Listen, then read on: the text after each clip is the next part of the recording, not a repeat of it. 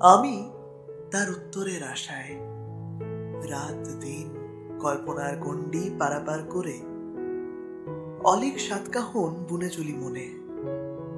জানি সে শুধু অধরা রূপকথার গল্প, বয়ে চেপে রাখা পুরনো গোলাপের পাপড়ি আর অশ্রুবিন্দুর অব্যক্ত আবেগ চিকচিক করে চোখের কোণে। আমি তার উত্তরের আশায় সাতকাহন বুনে চলি আপন মনে।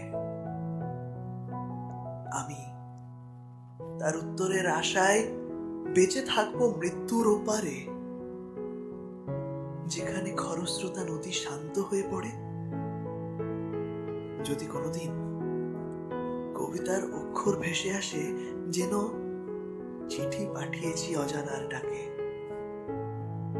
সেই চিঠির উত্তর সে নাই বা দিলে, আমিও কিছু না বলে হয়ে ওঠা কথা, কিছু গোপন বাক্য মনের গর্ভগৃহে চিরতরে রাখবো লুকিয়ে।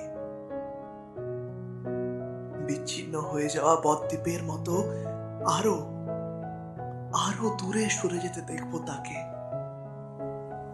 তবুও দাঁড়িয়ে থাকবো সিন্ধুর ওপারে মিলিয়ে যাওয়া অবধি। আমি তার উত্তরের আশায় পার করতে পারি দিন, রাত, মাস, বছর, শতাব্দী। আমি তার উত্তরের আশায় কল্পনার কারাবাসে 1000 বছর বন্দী থাকতেও রাজি। জীবাশ্মের চতুর্গৃহে সব হারানোর খেলায় এক এক করে বিলিয়ে দেব স্বপ্নের ব্যাকরণের সমস্ত রীতিনীতি, আর মিলিয়ে যাব 1 কাপ চায়ের শুকনো বাষ্পে।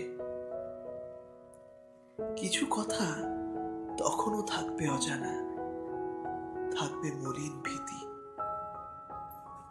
চোখে চোখে হাসির আড্ডারা খুঁজবে হয়ে ছন্ন ছাড়া। আমি শান্ত আর্তস্বরে স্বীকার করব পরাজয়।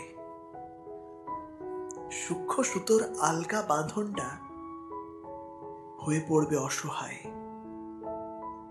অপেক্ষায় পাবে আমায় যুগের শেষ সীমানায়। হৃদয়ের গভীরে থাকবে প্রশ্ন চিহ্ন।